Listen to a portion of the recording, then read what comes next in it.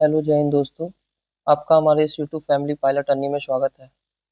तो इधर आप लोगों का कुछ दिन से वीडियो अपलोड नहीं हो पा रहा था। किसी कारण से हम थोड़ा बिजी हो गए थे। इसी वजह से आपका वीडियो अपलोड होने में थोड़ा सा समस्या आ रही थी। लेकिन जो भी आपका एनसीईआरटी का जो सीरीज चल रहा है केमिस्ट्री का, इसमें जो भी चैप्टर में आपका वीडियो अपलोड नहीं किया गया है, नेक्स्ट टाइम जब एनसीईआरटी चलेगा तो उसमें आपको हम कंप्लीट करवा देंगे। ठीक है, इसके लिए सोचना नहीं है, हड़बड़ाना नहीं है कि वीडियो नहीं आया, समझ में नहीं आ रहा। तो कोशिश कीजिए अपने से भी समझने का। नहीं आएगा तो लास्टली फिर second time third time NCERT continue चलेगा हमारे ग्रुप में। तो घबराना नहीं है, जिसका वीडियो अपलोड नहीं है उसका वीडियो सेकेंड टाइम में हम लोग अपलोड कर देंगे। ठीक है। और एक और इन्फॉर्मेशन दे देना चाहते हैं कि आपका ये जो 16 सितंबर से संकट मोचन बैच आ रहा है, ये फुल्ली आपका बिहार एसएससी और बिहार दरोगा, इसके लिए आपका फुल्ली बेस्ड ये बैच है। और इसमें आपका मैथ रीजनिंग भी साथ साथ कंप्लीट करवाया जाएगा। ठीक है। तो 16 सितंबर बोले, कुछ लोग कह रहे 16 अगस्त। 16 अगस्त नहीं, 13 सितंबर को बीपीएससी है। बीपीएससी जैसे ही आपका एग्जाम 13 को लेगा, उसके बाद हम लोग 16 सितंबर से मंगलवार दिन से स्टार्ट कर देंगे आपका ये संकट मोचन बैच को। ठीक है।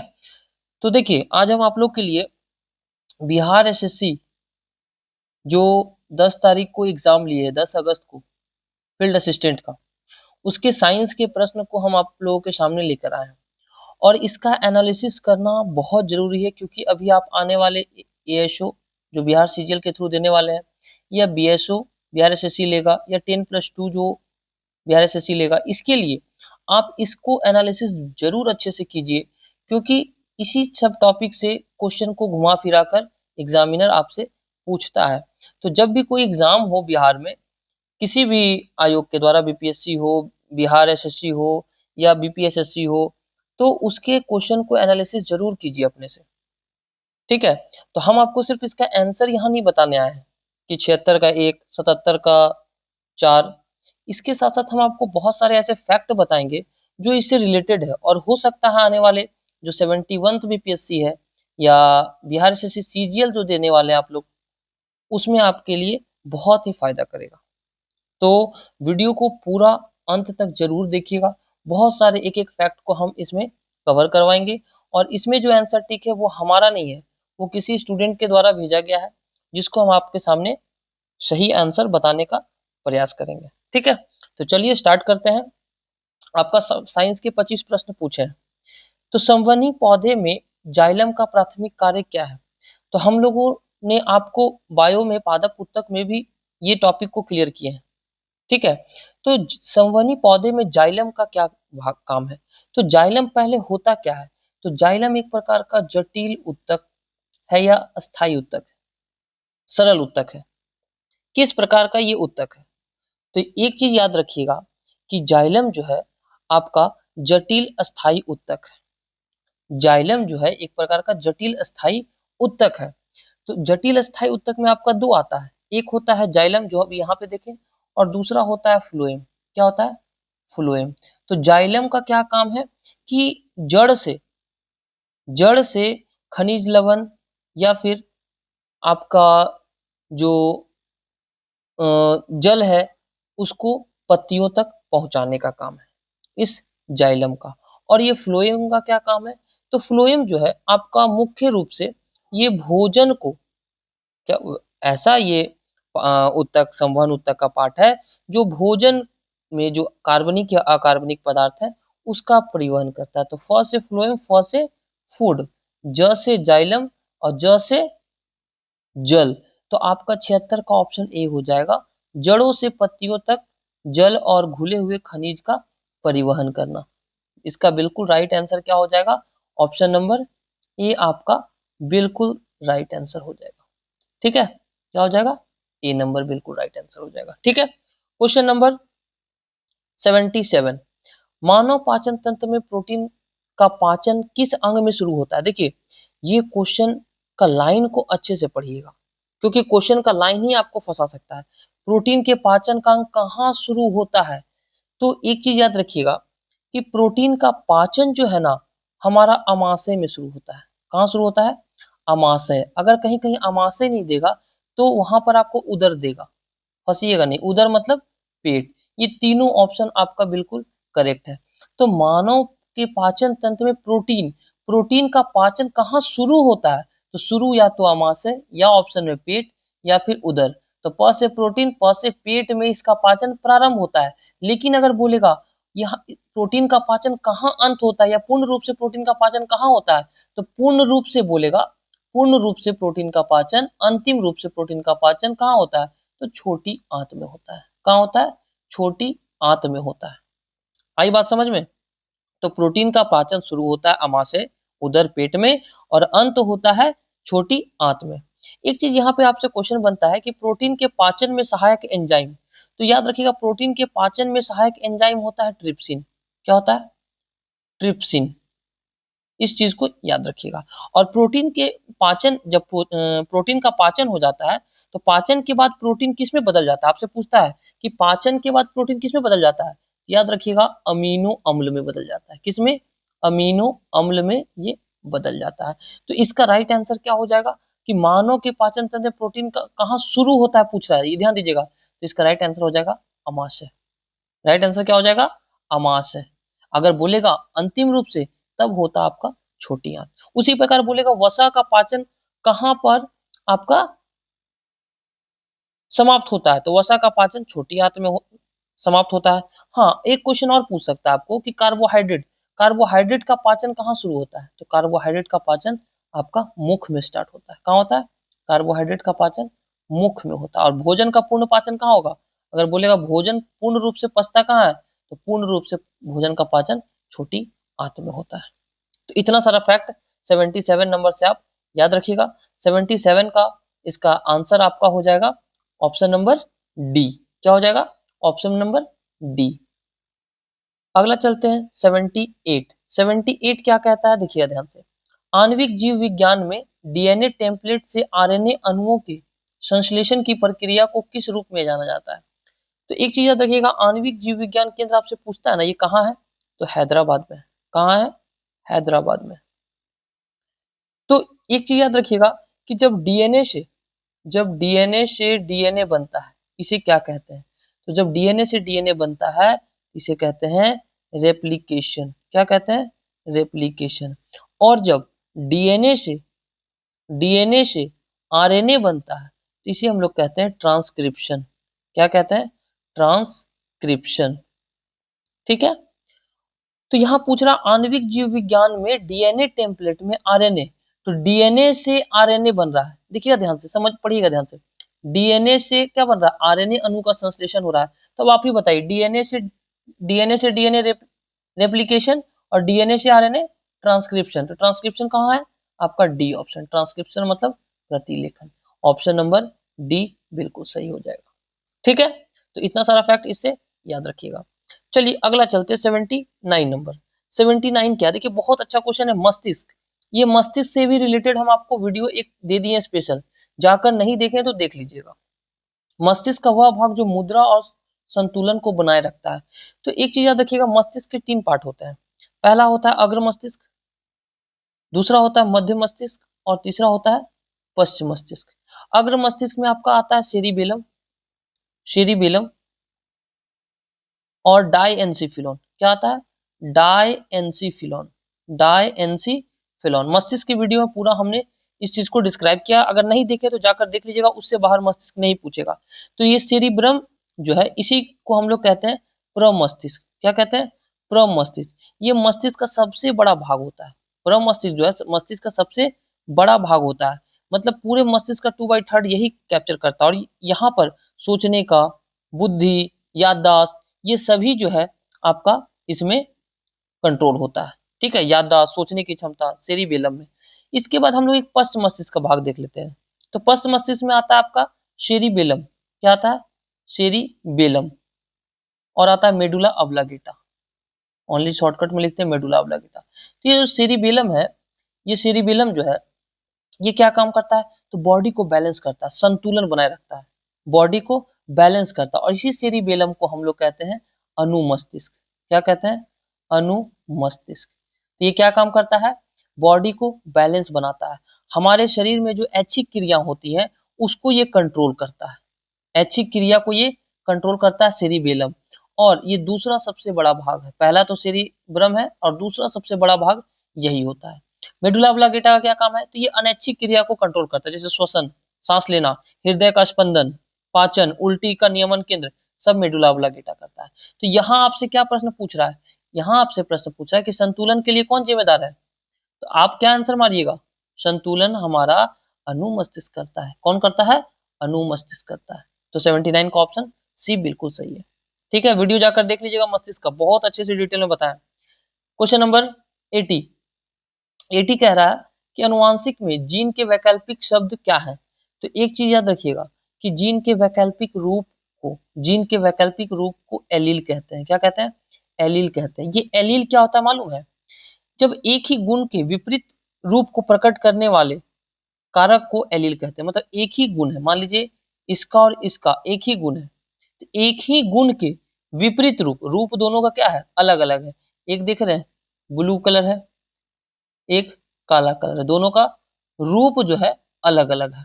तो एक ही गुण के विपरीत रूप को प्रकट करने वाले कारक को एलील कहते हैं। तो एलील में आपका आ जाता है ये लंबा पौधा और एक बौना पौधा। लंबा बौना, तो एक ही रूप, मतलब आर आर ही है, टी टी ही है। लेकिन नन एलील किसको बोलेंगे? जिसमें टी और आर आ गया, जिसमें आर और टी आ गया, इस तरह ये नन एलील हुए। एलील मतलब सेम सेम आपका आएगा, मतलब एक ही गुण को प्रकट करेगा। आई बात समझ में? तो यहां पर बोल रहा अनुवांशिकी में जीन के वैकल्पिक रूप के शब्द क्या होंगे? तो एलील हो जाएगा। क्या हो जाएगा? एलील हो जाएंगे। ऑप्शन नंबर डी बिल्कुल सही होगा। ठीक है, एक आपका ऑप्शन है, देखिए क्या है? फिनोटाइप। क्या है एक ऑप्शन? फिनोटाइप। तो फिनोटाइप क्या होता है? फिनोटाइप, तो जो जीवधारियों के लक्षण प्रत्यक्ष रूप से दिखाई देते हैं, जो जीवधारियों के लक्षण प्रत्यक्ष रूप से दिखाई देते हैं वो होते हैं फिनोटाइप। और जीवधारियों के अनुवांशिक संगठन को अनुवांशिक संगठन को अनुवांशिक संगठन को जीनोटाइप कहते हैं। क्या कहते हैं? जीनोटाइप। तो फिनोटाइप में F2 पौधे के पीढ़ी का फिनोटाइप होता है 3:1 और जीनोटाइप होता है 1:2:1। ये रेशियो याद रखिएगा, पूछ देता है एग्जाम में। ठीक है, एक ऑप्शन है आपका गुणसूत्र। ये देखिए सी मारा, बट ये आंसर नहीं है। आंसर इसका राइट आंसर क्या होगा? हमने बताया राइट आंसर एलील होगा। ठीक है, तो इसमें गुणसूत्र का खोज पूछता है। याद रखिएगा कि गुणसूत्र का खोज किसने किया? तो हम लिखवा देते हैं, खोज स्ट्रासबर्गर ने किया था। कौन किया था? स्ट्रासबर्गर किया था। अगर गुणसूत्र का बोल दे नामांकन किसने दिया था? नामांकन किसने दिया था? तो वाल्टेयर ने दिया था। किसने दिया था? वाल्टेयर ने दिया था। गुणसूत्र का पिता किसे कहते हैं? तो हरमन हेनकिन को कहते हैं। हरमन हेनकिन को कहते हैं। इतना सारा फैक्ट याद रखिएगा। तो क्वेश्चन 80 का राइट आंसर डी हो जाएगा। क्वेश्चन नंबर 81, कार्बन 14 की अर्ध आयु लगभग 5730 वर्ष है। इस गुण का उपयोग प्राचीन कार्बनिक पदार्थों की आयु निर्धारित करने की तकनीक में किया जाता है। इस तकनीक को क्या कहते हैं? तो बहुत ही आसान क्वेश्चन है। कार्बन 14 की अर्ध आयु को ज्ञात करने के लिए रेडियो कार्बन डेटिंग का उपयोग किया जाता है। एक ऑप्शन है आपका डेंड्रोक्रोनोलॉजी। डेंड्रोक्रोनोलॉजी क्या होता है? पेड़ों या झाड़ियों के वार्षिक वलय के अध्ययन। पेड़ या झाड़ियों के वार्षिक वलय के अध्ययन को कहते हैं डेंड्रोक्रोनोलॉजी। अच्छा, स्ट्रेटिग्राफी क्या होता है ये मालूम है? स्ट्रेटिग्राफी ये होता है चट्टान के परत का अध्ययन। क्या होता है? चट्टान के परत का अध्ययन। चट्टान के परत का अध्ययन। एक है थर्मोल्यूमिनेंस। क्या है? थर्मोल्यूमिनेंस। जब कोई वस्तु या पदार्थ को जब हम लोग गर्म करते हैं, जब कोई वस्तु या पदार्थ को हम लोग गर्म करते हैं तो उससे एक प्रकाश निकलता है, उससे एक प्रकाश या ऊष्मा निकलती है, उसे ही हम लोग कहते हैं, उसी का अध्ययन वो कहते हैं थर्मोल्यूमिनेंस। आई बात समझ में? कोई दिक्कत? तो 81 का आपका राइट आंसर क्या हो जाएगा? Option number D. क्या हो जाएगा? Option number D, radio carbon dating. Next चलते हैं 82। बहुत अच्छा क्वेश्चन है और अच्छे अच्छे लोग इसमें कंफ्यूज होते हैं। 82 में क्या है, ध्यान से समझिएगा, बस एक लाइन का डिफरेंस है। किसी वस्तु की अपनी गति का जड़त्व किसी वस्तु की अपनी गति की अवस्था में परिवर्तन का विरोध करने की प्रवृत्ति को क्या कहते हैं? तो किसी वस्तु में अपनी गति की अवस्था का परिवर्तन के विरोध करने की प्रवृत्ति को क्या कहते हैं? तो इसके विरोध करने की प्रवृत्ति को हम लोग जड़त्व कहते हैं। कहिएगा घर्षण क्यों नहीं कहेंगे? तो घर्षण वह बल होता है कि जब दो सतह के बीच, यहाँ वैसा चित्र नहीं है, दो सतह के बीच सापेक्ष गति का विरोध करता है। घर्षण किसे कहते हैं? दो सतह के बीच, दो सतह के बीच सापेक्ष गति को, सापेक्ष गति का विरोध करता है, गति का विरोध करता है, उसे ही घर्षण कहते हैं। इसी घर्षण के कारण हम लोग सड़क पे चल सकते हैं, पेन से हम लोग कॉपी पर लिख पाते हैं, यही घर्षण के कारण।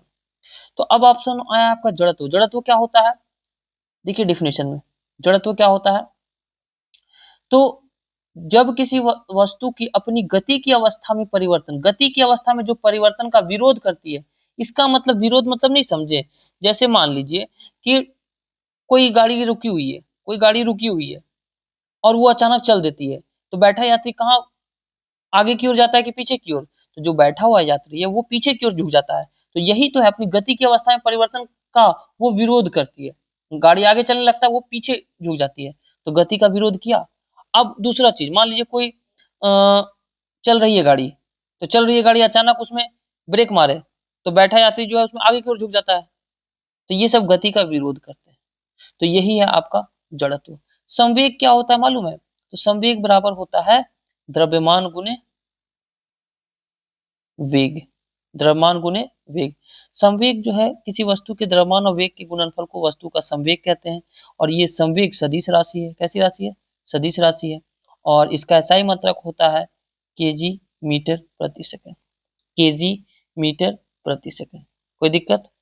त्वरण क्या होता है मालूम है? त्वरण जब किसी वस्तु में वेग परिवर्तन का दर, वेग परिवर्तन मतलब v minus you by T बराबर एक्सेलरेशन त्वरण, और इसका एसआई यूनिट होता है मीटर प्रति सेकंड स्क्वायर। और यदि यही त्वरण, अगर यही त्वरण नेगेटिव हो जाता है, नेगेटिव हो जाता है, तो इसे मंदन कहते हैं। क्या कहते हैं? मंदन कहते हैं। याद रहेगा? तो 82 का आंसर हो जाएगा बी, जड़त्व। हाँ 83, ये भी देखिए बहुत अच्छा क्वेश्चन है। क्या कह रहा है 83 नंबर आपका कि लेंज का नियम जो प्रेरित विद्युत धारा की दिशा का वर्णन करता है, लेंज का नियम जो है प्रेरित विद्युत धारा की दिशा का वर्णन करता है, वो किस नियम का संरक्षण करता है? तो लेंज का नियम जो है ऊर्जा संरक्षण के नियम का आपका पालन करता है। तो ये लेंज का नियम कहता क्या है? लेंज का नियम कहता है कि जो प्रेरित विद्युत धारा है, क्या?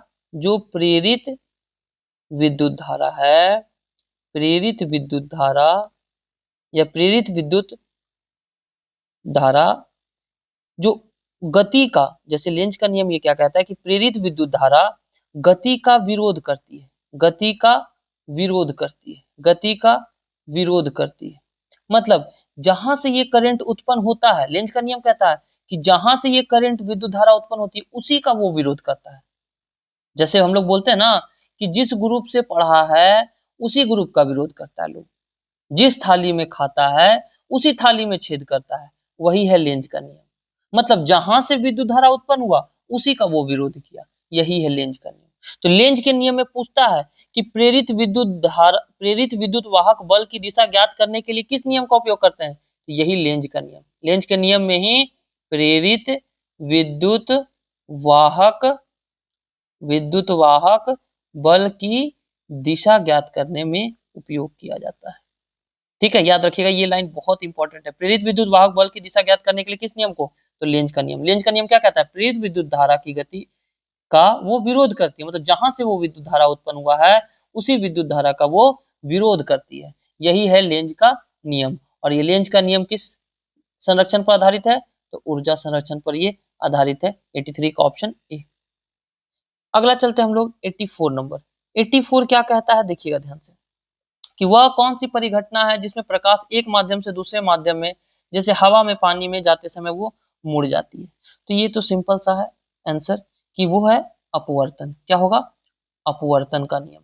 अपवर्तन का नियम मालूम है कि जब प्रकाश की किरण एक माध्यम से दूसरे माध्यम में जाती है तो वो अविलंब की ओर मुड़ती है या फिर अविलंब से वो दूर हटती है। यही तो है हमारा अपवर्तन का नियम। ठीक है, जब सघन से विरल या विरल से सघन, जैसा माध्यम है उस पर डिपेंड करता है।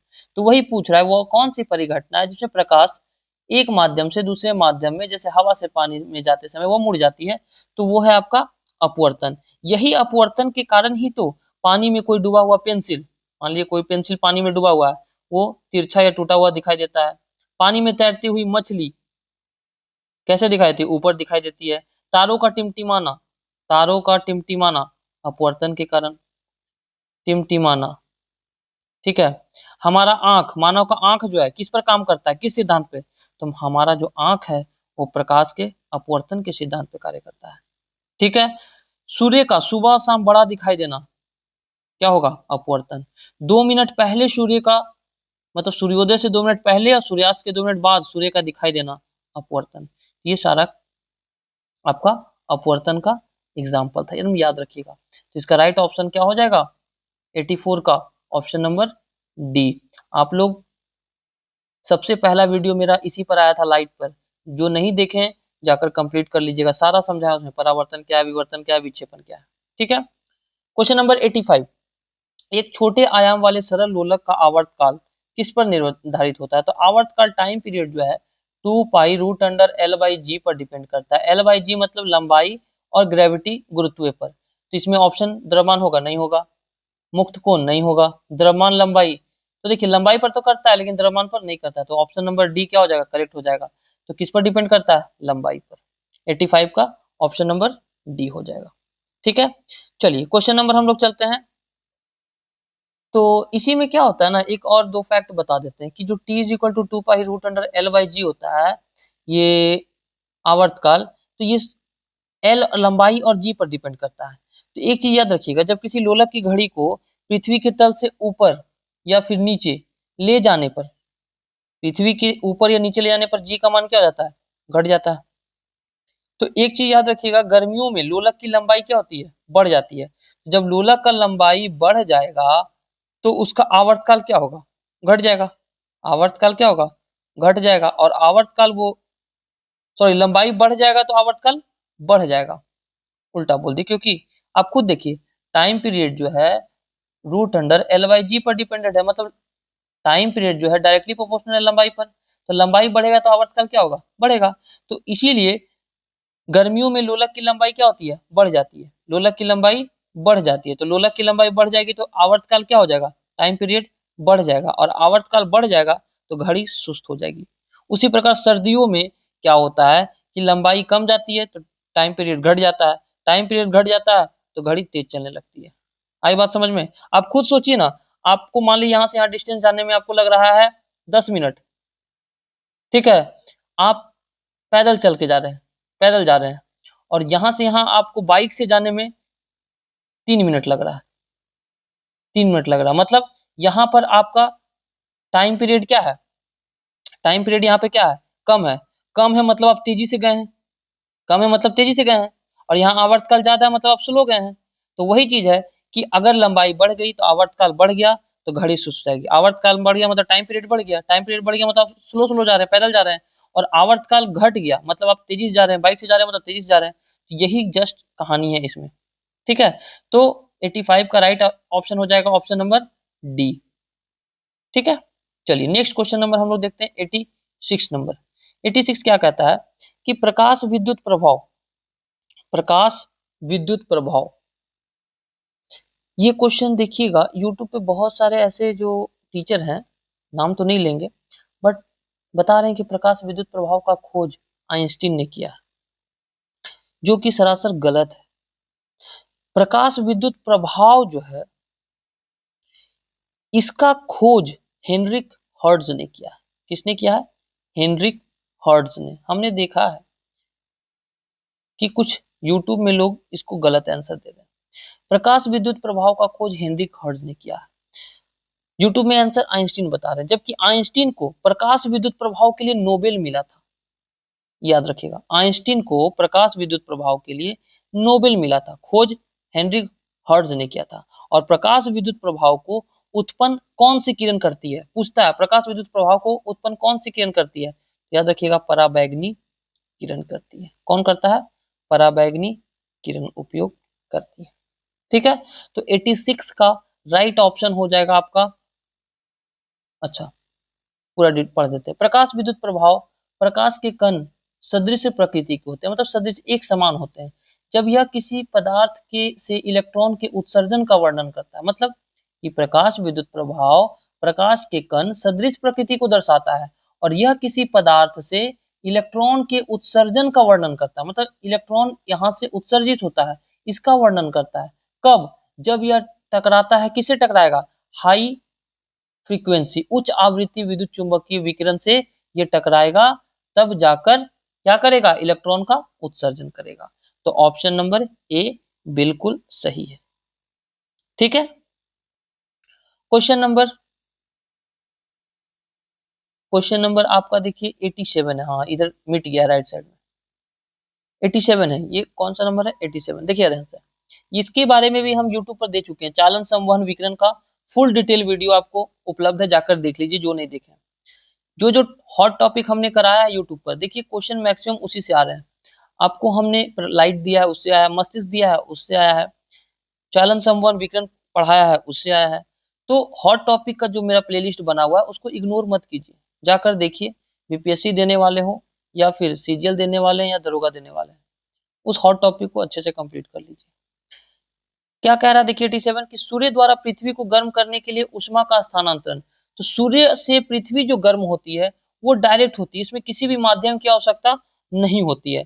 तो जब किसी माध्यम की आवश्यकता नहीं होती है तो उष्मा संचरण की वैसी विधि जिसमें उष्मा को संचरण करने के लिए माध्यम की आवश्यकता नहीं होती है, अर्थात इसमें माध्यम का कोई आवश्यकता नहीं है, तो इससे जो उष्मा का संचरण होता है वो कहलाता है आपका विकिरण। क्या कहलाता है, विकिरण। तो पृथ्वी तक सूर्य का उष्मा विकिरण के माध्यम से पहुंचती है। ठीक है, इसी प्रकार कुछ कुछ देखिएगा विकिरण का एग्जाम्पल और भी है, जैसे पॉलिश किया हुआ जूता धूप में, जो पॉलिश किया हुआ जूता है, पॉलिश जूता धूप में क्या होता है, चमकने लगता है।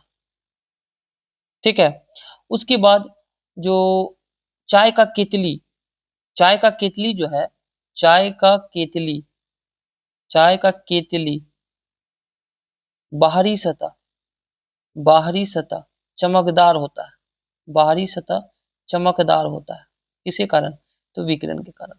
तो विकिरण क्लियर हो गया। इसी में एक ऑप्शन है आपका संवहन, ऑप्शन नंबर ए। तो इसमें उष्मा का संचरण एक स्थान से दूसरे स्थान तक अणु की गति के कारण होता है, किसके कारण होता है, अणु की गति के कारण होता है। और ये संवहन जो है गैस एवं द्रव में होता है, किसमें होता है, गैस एवं द्रव में होता है, ठोस में संवहन नहीं होता है। तो आपसे यहां तो पूछ दिए कि सूर्य द्वारा पृथ्वी को गर्म, लेकिन बोलेंगे वायुमंडल किस विधि से गर्म होता है, तो संवहन। वायुमंडल किस विधि से गर्म होता है, तो होगा संवहन। आई बात समझ में। उसके बाद देखिएगा बिजली का जो बल्ब है वो निष्क्रिय गैस भरा होता है, क्या होता है, गैस का जब भी बात करेगा तो संवहन, द्रव का जब भी बात करेगा संवहन। जो समुद्री हवाएं, स्थलीय हवाएं जो चलती है वो संवहन। रेफ्रिजरेटर में जो हमारा फ्रीजर है वो ऊपर में रहता है, किस कारण से, तो संवहन के कारण से वो ठंडा होता है। तो इसका राइट ऑप्शन हो जाएगा ऑप्शन डी विकिरण। ठीक है, इसमें एक ऑप्शन है आपका चालन। चालन में क्या होता है मालूम है, इसमें अपने वस्तु को एक ही स्थान पे रहेगा, उसके बाद यहाँ से उष्मा जो स्थानांतरण होती है वो आपका होता है चालन विधि, कंडक्शन विधि। ठीक है, तो इसमें जैसे देखते हैं कि एक एनसीईआरटी में दिया, एक लोहे के रड पे चारों तरफ यहाँ मोम लगा दिया है और नीचे से बर्नर से जला रहा है, तो देख रहा है कि एक जगह जैसे पूरी तरह यहाँ मोम फैला हुआ है, तो यहाँ जैसे ही हीट दिए तो क्या हुआ, ये मोम पिघल कर गिरने लगा, धीरे धीरे धीरे ये पूरा रॉड हीट होने लगा। तो यही है आपका क्या, चालन। तो चालन में हम लोग देखते हैं कि विद्युत केतली जो गर्म होती है, चालन में विद्युत केतली जो गर्म होता है इसी विधि के द्वारा। और भी बहुत सारे एग्जाम्पल है जो हमने वीडियो में फुल डिटेल आपको दे दिया है, कहीं आपको दिक्कत नहीं होगा, जाकर देख लीजिएगा। ठीक है, चलिए नेक्स्ट देखते हैं 88। 88 देखिए ज्योग्राफी से रिलेटेड टर्म है। हिमालयी नदी तंत्र के संबंध में गलत चुनिए, गलत चुनना है। तो चिनाब जो है चंद्र और भागा के मिलने से टांडी में बनती है।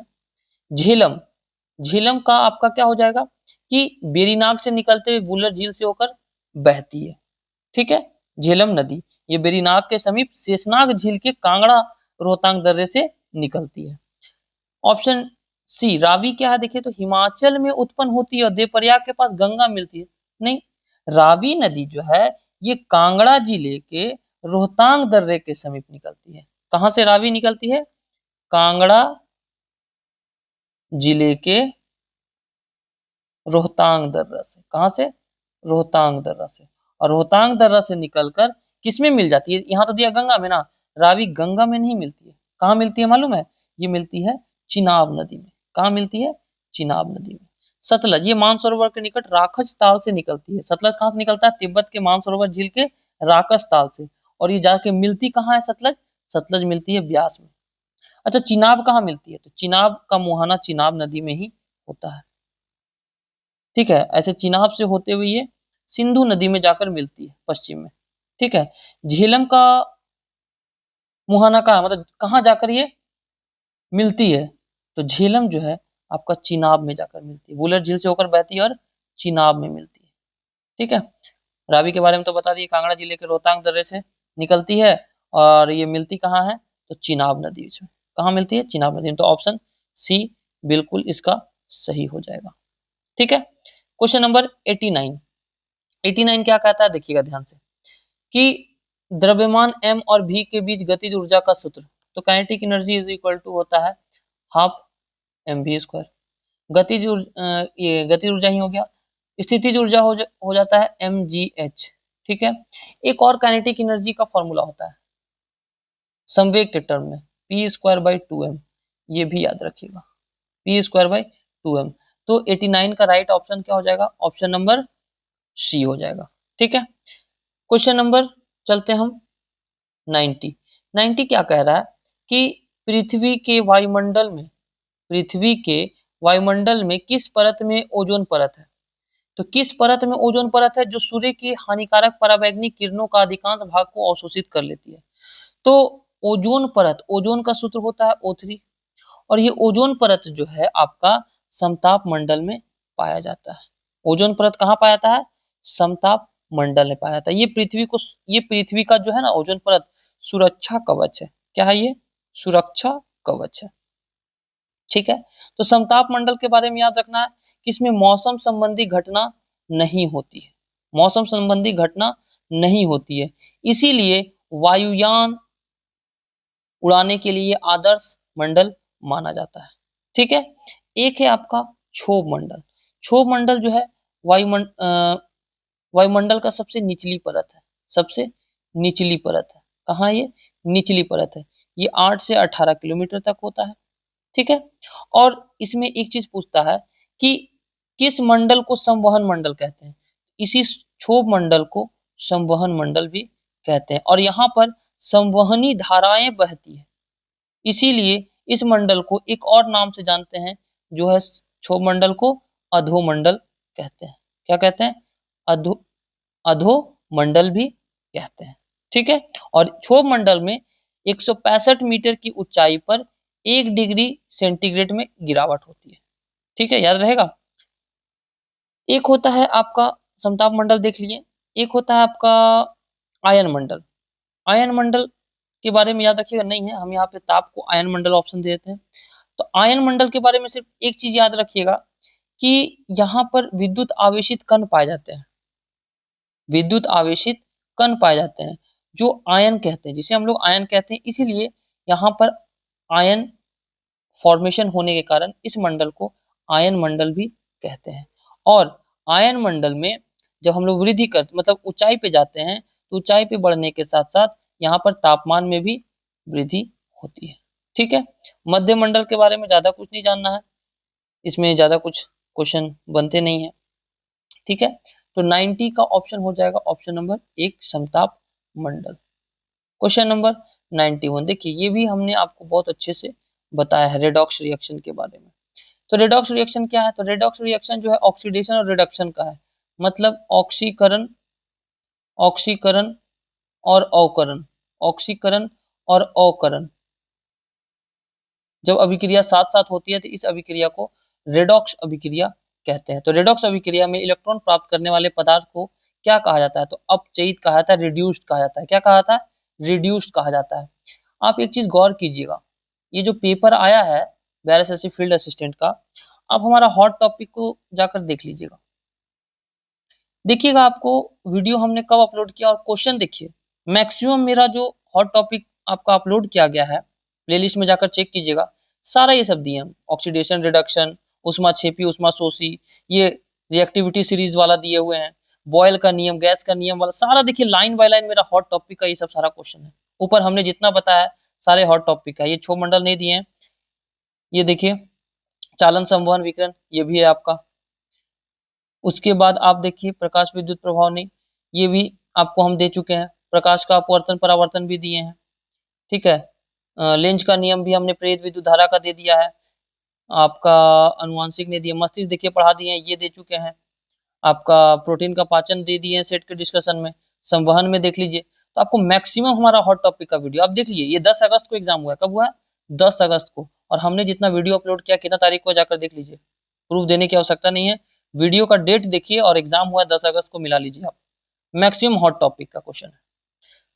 तो यहाँ पर रेडॉक्स अभिक्रिया क्या होगा कि जब इलेक्ट्रॉन प्राप्त करने वाले पदार्थ को क्या कहा था? अपचयित कहा था, रिड्यूस कहा जाता है, ठीक है। तो 91 का बी नंबर। कौन सी धातु सबसे अधिक अभिक्रियाशील है?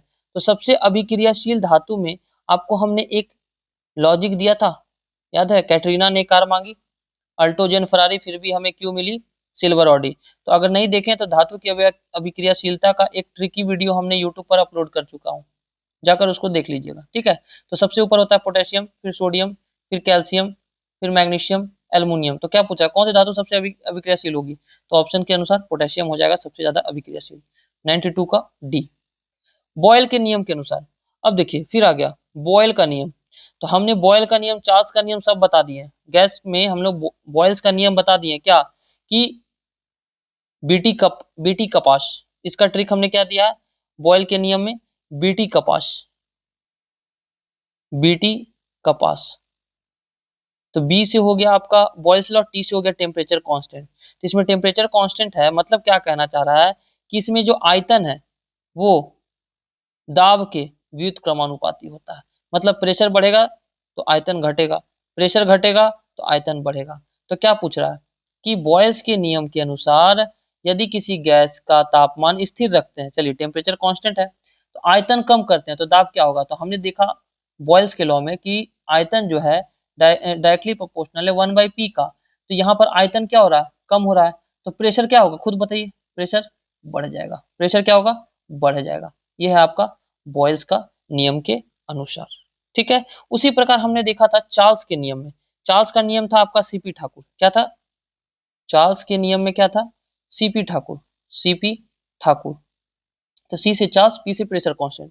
तो जब यहाँ प्रेशर कांस्टेंट था तो इसमें था वॉल्यूम जो है डायरेक्टली प्रोपोर्शनल टेम्परेचर का। तो यहाँ से पूछेगा आपको कि मान लीजिए ये क्वेश्चन ना देकर हम देते चार्ल्स का नियम, हम बोल देते हैं कि चार्ल्स के नियम के अनुसार किसी गैस का दाब, यहाँ प्रेशर स्थिर रखते हैं तो आयतन कम करने पर तापमान पर क्या प्रभाव पड़ेगा? तो आयतन कम करेंगे तो तापमान क्या होगा? कम हो जाएगा, क्योंकि चार्ल्स के नियम के अनुसार आयतन जो है डायरेक्टली प्रोपोर्शनल है तापमान का। अगर वॉल्यूम कम होगा तो तापमान भी कम होगा, वॉल्यूम ज्यादा होगा तो टेम्परेचर भी ज्यादा होगा। तो एक चीज याद रखिएगा, हमने आपका इसका वीडियो, डिटेल वीडियो दे चुका हूं, जाकर जरूर देखिए। हमारे हॉट टॉपिक को मिस मत कीजिएगा। और अभी आगे भी बहुत सारा वीडियो अपलोड होगा आने वाले एग्जाम के लिए। तो 93 का ऑप्शन हो जाएगा बी नंबर, ठीक है। 94 देखिए, बहुत अच्छा क्वेश्चन है, लास्ट में बताएंगे, थोड़ा सा कुछ इसमें बताना है। 95 देखिए, वे अणु जो समान आणविक सूत्र साझा करते हैं, मतलब समान आणविक सूत्र साझा करते हैं लेकिन परमाणु की संरचनात्मक व्यवस्थाएं अलग अलग होती है, इन्हें किस रूप में जाना जाता है? तो इन्हें हम लोग समावयी के रूप में जानते हैं। समावयी क्या होता है? समावयी मतलब ऐसा कार्बन यौगिक जिसका अणु सूत्र समान होता है, अनुसूत्र क्या होता है, समान होता है, लेकिन संरचना अलग होती है, संरचना अलग होता है। मतलब जैसे हम बोले कि सी C5H12 ये क्या है, पेंटेन है, तो इसका हम अगर इसका लिखें 1 2 3 4 5, चारों तरफ हाइड्रोजन चल जाएगा, कार्बन 4 बॉन्ड बनाएगा अपना, तो ये हो गया आपका नॉर्मल पेंटेन, नॉर्मल पेंटेन। अब इसी को, ये C5H12 को हम इस तरह से बना दें, 1 2 3 4 5, दिख रहे हैं, तो ये क्या फॉर्मूला तो आपका यही है C5H12, लेकिन हमने क्या किया, इसका संरचना अलग कर दिया, कंस्ट्रक्शन इसका अलग कर दिया, एक बार ऐसे बनाए, एक बार ऐसे बनाए, एक और इसका कंस्ट्रक्शन हो जाएगा, 1 2 3, ऊपर एक 4 एक 5, देखिए 5 हो गया ना। तो ये आपका क्या कह रहा है कि ये C5H12, लेकिन अनुसूत्र समान है, C5H12 ही है, लेकिन संरचना सूत्र अलग है, तो इसे आइसोमर्म कहते हैं, समावयवी कहते हैं। एक ऑप्शन है आपका अपरूप, एक ऑप्शन है आपका अपरूप। देखिए क्या कहता है ये अपरूप, अपरूप कहता है, और ये जो टॉपिक है 95 नंबर, इसका हमने हॉट टॉपिक नहीं दिया, क्यों, क्योंकि आपका शायद ये हम दे चुके हैं, आप अल्केन अल्कीन अल्काइन वाले में देख सकते हैं, एक हॉट टॉपिक में दिए हैं, मुझे जहां तक याद है, आप अल्केन अल्कीन अल्काइन वाला टॉपिक जरूर देखिएगा, अल्केन अल्कीन अल्काइन वाला, उसमें शायद हमने इसका जिक्र किया है, ठीक है, और नहीं किए हैं तो बहुत जल्द आपका क्लास 10th का कार्बन यौगिक का चैप्टर आने वाला है, उसमें हम आपको इसको क्लियर कर देंगे। देखिए अपरूप क्या होता है, अपरूप होता है रासायनिक गुण समान, अपरूप किसे कहते हैं, जिसका रासायनिक गुण समान, रासायनिक गुण समान और भौतिक गुण अलग होता है, भौतिक गुण अलग होता है। तो याद रखिएगा ऑक्सीजन का 2 अपरूप होता है, ऑक्सीजन का 2 अपरूप होता है, एग्जाम में पूछेगा कौन कौन, O2 और O3, O2 और O3, O3 तो ओजोन हो गया।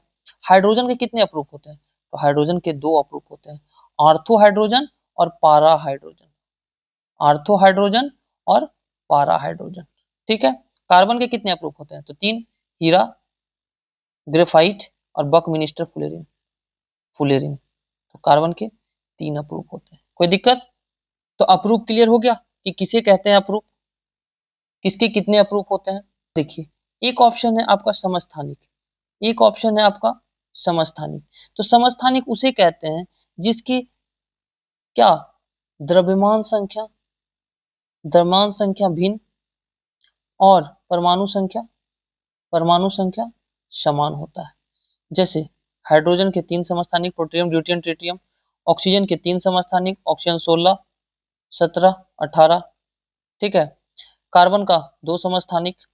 और समस्थानिक का एक डिफरेंस और याद रखिएगा, एक तो हम लोग जानते हैं द्रव्यमान संख्या अलग, परमाणु संख्या समान, एक याद रखिएगा रासायनिक गुण, रासायनिक गुण, रासायनिक गुण समान, रासायनिक गुण समान और भौतिक गुण भिन्न होता है, उसे भी हम लोग क्या कहते हैं, उसे भी हम लोग समस्थानिक कहते हैं। तो सारा क्लियर हो गया। तो वे अणु जिसका आणविक सूत्र साझा करते हैं, परमाणु की संरचनात्मक व्यवस्था अलग, मतलब परमाणु का कंस्ट्रक्शन अलग अलग होता है, लेकिन आणविक सूत्र समान होता है, तो उसे हम लोग क्या कहेंगे, उसे हम लोग आइसोमर कहेंगे, आइसोमर कहेंगे। तो 95 का क्लियर हो गया। 96 देखिए, 96 कह रहा है कि समजातीय अंगों की उपस्थिति इंगित करती है, इसके बारे में हमको ज्यादा डिटेल नहीं पता है, बट इसका ऑप्शन जो है अपसारी विकास होना चाहिए, समजातीय अंगों की उपस्थिति इंगित करती है अपसारी विकास को। 97 नंबर देखिए, मानव विकास सूचकांक किसके द्वारा विकसित किया गया, तो सबसे पहले याद रखिए मानव विकास सूचकांक जो है UNDP, united national development programme के द्वारा जारी किया जाता है। मानव विकास सूचकांक के 3 आयाम होते हैं, 3 आयाम होता है कौन कौन, एक होता है स्वास्थ्य, एक होता है स्वास्थ्य, एक होता है शिक्षा, एक होता है शिक्षा और तीसरा होता है जीवन स्तर। ये पूछा हुआ एग्जाम में कि मानव विकास सूचकांक के 3 स्तर, सॉरी, मानव विकास सूचकांक के कौन से स्तर नहीं होते, तो स्वास्थ्य होता है, शिक्षा होता है, जीवन स्तर होता है। अब मानव विकास सूचकांक को किसने प्रस्तुत किया था, तो मानव विकास सूचकांक को महबूब उल हक के द्वारा 1990 में प्रस्तुत किया गया था। कब किया गया था, 1990 में महबूब हक के द्वारा प्रस्तुत किया गया था। एक पूछता है ग्रामीण विकास का अवधारणा किसने दिया था, तो मोहम्मद यूनुस ने दिया था। ग्रामीण विकास का अवधारणा किसने दिया था, मोहम्मद यूनुस ने दिया था, ठीक है। Question number 98। 98 देखिए क्या है कि पृथ्वी के अंदर का वह बिंदु क्या कहलाता है जहां भूकंप के दौरान ऊर्जा मुक्त होती है। तो जहां भूकंप के दौरान ऊर्जा मुक्त होगी उसे कहेंगे हाइपोसेंटर। हाइपोसेंटर क्या होता है? ये भूकंप का केंद्र बिंदु होता है। भूकंप का केंद्र बिंदु होता है जहां पर चट्टान एक दूसरे से टकराते हैं और भूकंपीय तरंग उत्पन्न होता है। और इसी हाइपोसेंटर के ठीक ऊपर में होता है हमारा ईपी सेंटर। क्या होता है? ईपी सेंटर, जिसे कहते हैं अधिकेंद्र। हाइपोसेंटर के जस्ट ऊपर होता है अधिकेंद्र। तो अधिकेंद्र क्या है? वह बिंदु पृथ्वी की सतह पर भूकंप केंद्र के ठीक ऊपर स्थित होता है। ये जो है भूकंप केंद्र के ऊपर स्थित होता है। ठीक है, तो सबसे पहले पूछेगा तरंगे कहाँ पहुंचती है या भूकंपीय तरंगे कहाँ पहुंचती है, तो या फिर सबसे अधिक कंपन कहाँ होता है, तो इसी अधिक केंद्र पर होता है। तो इसका राइट ऑप्शन हो जाएगा 98 का ऑप्शन नंबर बी। ठीक है, 99 नंबर। 99 क्या है? तो किसी ग्रह और तारे जैसे खगोलीय पिंड गुरुत्वाकर्षण के खिंचाव से मुक्त होने के लिए किसी वस्तु की न्यूनतम गति क्या कहलाती है? तो उस वस्तु का न्यूनतम गति कहलाता है पलायन वेग। तो पलायन वेग क्या है? वैसा वेग या वैसा न्यूनतम वेग जिससे किसी वस्तु को पृथ्वी की सतह से हम अगर ऊपर फेंकते हैं तो वो यदि गुरुत्वीय क्षेत्र को पार कर जाती है और पृथ्वी पर वापस नहीं आती है तो इसे ही उस वस्तु का पलायन वेग कहते हैं। तो याद रखिएगा, पृथ्वी के गुरुत्वीय क्षेत्र को पार करने के लिए पृथ्वी का पलायन वेग का मान होता है 11.2 किलोमीटर प्रति सेकंड। चंद्रमा का होता है 2.38 किलोमीटर प्रति सेकंड।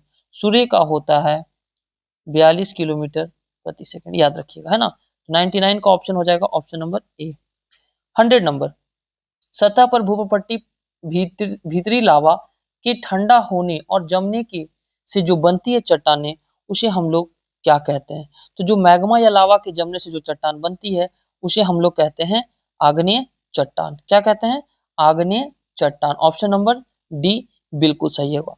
आग्नेय चट्टान में आपका आ जाता है ग्रेनाइट,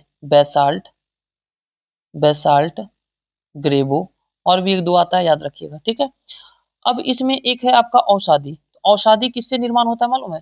तो ये होता है आपका जो प्रकृति के कारण जो छोटे छोटे चट्टान टूट टूट कर, छोटे छोटे चट्टान जो है टूट टूट कर एक जगह आपका क्या करते हैं, जमने के बाद कुछ समय के बाद परत दर परत निर्माण होते हैं, उसी चट्टान को हम लोग कहते हैं औषधि चट्टान। इसमें आता है आपका बलुआ पत्थर, चूना पत्थर, स्लेट, चूना पत्थर, स्लेट, ये सभी इसमें आते हैं। और इसी में वनस्पति और जीव जंतुओं के जीवाश्म पाए जाते हैं। ठीक है, पूछेगा वनस्पति जीव जंतुओं के आपका जीवाश्म कहाँ पाए जाते हैं? औषधि चट्टान में। तो यही था आपका पूरा बिहार एसएससी फील्ड असिस्टेंट का होल क्वेश्चन का एनालिसिस विथ डिस्कशन। एक क्वेश्चन आपका 94 जो है बच गया है, इसको हम बता देना चाहते हैं। देखिए, ऑक्सीडेशन नंबर निकालने हमने नहीं बताया है, तो याद रखिएगा कैसे निकालते हैं। जैसे मान लीजिए एक हम अपने से क्वेश्चन दे रहे KMnO4 में आपका Mn का ऑक्सीडेशन नंबर क्या होगा? तो याद रखिएगा पोटेशियम का इलेक्ट्रॉनिक कॉन्फ़िगरेशन क्या होता है? 2 8 8 1। तो ये एक इलेक्ट्रॉन क्या करता है? डोनेट कर देता है। तो एक इलेक्ट्रॉन डोनेट करने के कारण पोटेशियम पे +1 चार्ज होगा। तो इसका जितना ये इलेक्ट्रॉन इसके डोनेट करते हैं उसको हम लोग लिखते हैं, तो 1 लिखें, प्लस इस पे चार्ज कितना होता है पोटेशियम पे वो लिखते हैं, प्लस Mn को निकालना है तो Mn को x मारेंगे। ऑक्सीजन पे कितने चार्ज होते हैं? ऑक्सीजन पे होता है, ऑक्सीजन का होता है 8, मतलब 2 और 6, ये 2 इलेक्ट्रॉन लेगा तो ऑक्सीजन पे चार्ज होता है 2 माइनस, तो क्या हो जाएगा इस पर? -2 × 4, क्योंकि 4 ऑक्सीजन है ना, बराबर 0। तो क्या हो जाएगा 1 + x - 8 बराबर 0। तो 1 - 8 -7, तो x बराबर क्या हो जाएगा? +7। तो Mn का ऑक्सीडेशन कितना हो जाएगा? +7। याद बन जाएगा यहाँ तक। तो एक क्वेश्चन देखिए आपसे एग्जाम में यहाँ क्या पूछा है कि K2Cr2O7 में Cr का, तो K का भी हमने बताया, पोटेशियम का कितना होता है चार्ज? +1। Cr का तो निकालना है, इसको x मान लेते हैं। ऑक्सीजन का कितना होता है चार्ज? -2 होता है। अब देखिए निकालेंगे, K2 मतलब +1 × 2 +1 × 2 प्लस Cr2, Cr को x माने तो 2 है तो 2x हो जाएगा, प्लस ऑक्सीजन का कितना? -2, तो -2 × 7 कितना हो जाएगा? -14। कितना हो जाएगा? -14। बराबर 0 लिखते हैं। ये होगा 2 + 2x - 14 बराबर 0। तो 2x - 12 बराबर 0, 2x बराबर 12, तो x बराबर +6। तो +6 ऑप्शन 3 नंबर 94 का ये बिल्कुल सही होगा। अगर आप सीख गए हैं तो एक क्वेश्चन का जवाब आप लोग कमेंट में जरूर दे दीजिएगा। Na2Cr2O7 में Cr का ऑक्सीडेशन नंबर क्या होगा? क्या है Na2Cr2O7 में Cr का ऑक्सीडेशन नंबर क्या होगा? इसका कमेंट में आंसर आप लोग दे दीजिएगा। तो हमने इसका एनालिसिस बहुत अच्छे से किया है। एक क्वेश्चन से 3-4 क्वेश्चन बनाने का प्रयास किया है, जो आपके आने वाले Bihar SSC, 71 BPSC, ASO, BSO सभी में आपका बहुत ही मदद करेगा। तो कोशिश कीजिएगा वीडियो को पूरा देखने का, कहीं स्किप मत कीजिएगा, क्योंकि एक-एक वर्ड में आपका क्वेश्चन बन रहा है। ठीक है? तो इसी तरह का जो भी आपका एग्जाम बिहार में कंडक्ट होगा, तो हम कोशिश करेंगे उसका analysis with discussion, proper discussion लेकर आपके सामने आए। ठीक है? तो वीडियो पसंद आए तो शेयर, सब्सक्राइब, लाइक जरूर कीजिए, और हो सके तो जितने ज्यादा से ज्यादा अपने दोस्तों में इस चीज को शेयर कर दीजिए। ठीक है? मिलते हैं नेक्स्ट वीडियो में, तब तक के लिए जय हिंद, धन्यवाद।